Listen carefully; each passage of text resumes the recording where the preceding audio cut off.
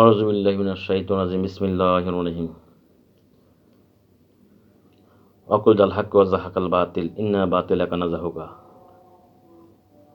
আসসালামু আলাইকুম ওয়া রাহমাতুল্লাহি ওয়া বারাকাতুহু। মুমিন মুত্তাকি ভাইয়েরা, আজকের বিষয়বস্তু হচ্ছে মুমিন জিন রোগীর শরীরে প্রবেশ। মুমিন জিন অথবা নূরি মক্কেল। মুমিন জিন অথবা নূরি মক্কেল যদি আপনি রোগীর শরীরে ডাকতেছেন অথবা তুলার শরীরে ডাকতেছেন, কিন্তু সে আসছে কিন্তু রোগীর শরীরে প্রবেশ করতে পারতেছে না বা তুলার শরীরে প্রবেশ করতে পারতেছে না, এই বাধা আছে, বাধা দূর করার জন্য আমল। মুমিন জিন বা নূরি মক্কেল রোগীর শরীরে প্রবেশের পথে বাধা দূর করার আমল। তো আপনি যখন দেখবেন যে ওদের অন্তঃচোখ খুলে গেছে কিন্তু যে নার্সের পাশে দাঁড়িয়ে আছে কিন্তু ঢুকতে পারতেছে না, ওরা বলবে আপনাকে, কাশবাজার খুলছেন, সে বলবে যে হ্যাঁ ঢুকতে পারতেছে না। তখন ঢুকতে না পারার কারণে, অথবা আপনি এমনি বুঝতে পারবেন যে ঢুকতে পারতেছে না, তাহলে ঢুকতে না পারার কারণে বুঝবেন যে কোনো বাধা দিয়ে রাখছে, যে কোনো একজন শয়তান জিনে বাধা দিয়ে দিয়েছে বা একটা বান দিয়ে দিয়েছে আর কি, যেন শরীরে ঢুকতে প্রকাশ না করতে পারে। থাকে এরকম অনেক সময় যাদের থেকে বান থাকে, প্রকাশ করতে না পারে। এরা তো মানে এই লাইনটা বড় খতরনাক লাইন। এই জন্য আপনারও পারদর্শী হইতে হবে, বাঘের উপর টাক্কা দিতে হবে। এখন কি করবেন আপনি?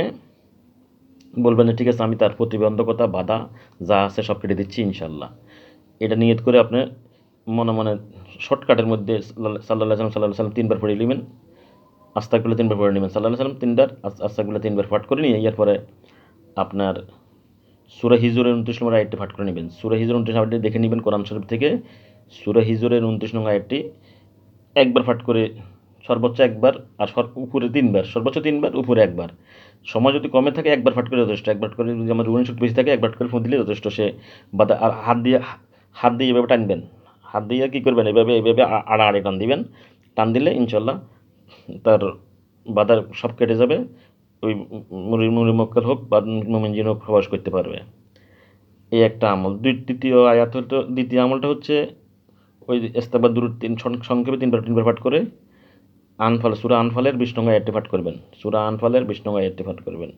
হ্যাঁ, পাঠ করে যখন ফু দিবেন তখন ইনশাল্লাহ মুমিন জিন শরীরে প্রবেশ করতে পারবে, বাধা কেটে যাবে, দূর হয়ে যাবে। আর একটা হলো 3 নম্বরটা হলো সূরা আলে ইমরান। সূরা আলে ইমরানের 54 নম্বর আয়াত। 3 নম্বরটা হচ্ছে সূরা আলে ইমরান, আয়াত নম্বর 54। বিসমিল্লাহির রহমানির রহিম। ওয়া মাকারু মাকরাল্লাহু আল্লাহু খায়রুল মাকিরিন। আবার বলতেছি, বিসমিল্লাহির রহমানির রহিম। ওয়া মাকারু মাকরাল্লাহু আল্লাহু খায়রুল মাকিরিন। এটা 3বার পাঠ করে ফু দিয়ে দিবেন। বুঝতে বলছেন? ইনশাল্লাহ আল্লাহর কাছে সাহায্য চাই নেবেন। সাহায্য চাওয়ার পরে ফোন দিয়ে দিলেন ইনশাল্লাহ দেখবেন যে হাত দিয়ে আপনি ধাক্কা দিলেন যে ঢুকার লগে ঢুকে গেছে দেখবেন ইনশাল্লাহ। তুলে শরীর হোক আর রোগের শরীর হোক ঢুকে যাবে, প্রবেশ করবে। তবে অনেক সময় দেখবেন আপনি ডাকতেছেন কিন্তু আসছে তার ঢুকতে পারতেছে না, প্রবেশে বাধা আছে। তো এই জন্য আমরা বুঝতে হবে নিজ থেকে, এটা নিজ থেকে কিছু বুঝে নিতে হবে নিজের জ্ঞান থেকে। ওই জ্ঞান দিয়ে আপনি কাজ করতে হবে। সকল কাজ আপনি বই পাবেন না, ওই কিতাবে পাবেন না। কিছু আছে আপনার জ্ঞান খাটাইয়ে কাজ করতে হবে, যে কি ঢুকতেছে না কেন, তো নিশ্চয় বাধা আছে, বাধাগুলো কেটে দিবেন। কেটে দিলেই সেই ঢুকে যাবে। আল্লাহর কালামের আয়াতের কাছে কোনো বাধা টিকে না। আয়াতগুলো ফাট করে যখন ফু দিবেন তার চোখে মুখে শরীরে, ইনশাল্লাহ বাধা কেটে যাবে, সে প্রবেশ করতে পারবে ইনশাল্লাহ। এভাবেই প্রবেশ করাবেন। ওই যে মারুফ ভাই আছে, মারুফ ভাইও হেরা বেশি লাগেন, হে এত রুগী শক্তিওয়ালা মারুফ ভাই সাভারে আছে বর্তমানে, আমার দোস্ত মারুফ ভাই। উনি একবার ফাট করে ফোন দিলে সাথে সাথেই ওই বাধা দূর হয়ে যায়। মানে হে বলে যে ঢুকো, তো তুলসী বলতেছে না, ঢুকতে পারতেছে না, তো বুঝছে বাধা আছে। বাধা একবার ফাট করে শুধু হাত দিয়ে কোপ দিছে, কোপের লগে বাস।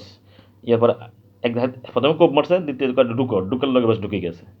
এরপরে সালাম টালাম দিল, কথাবার্তা বললো, মানে যা করার তারা তা করলো। আপনারা এইভাবে করতে পারবেন ইনশাল্লাহ।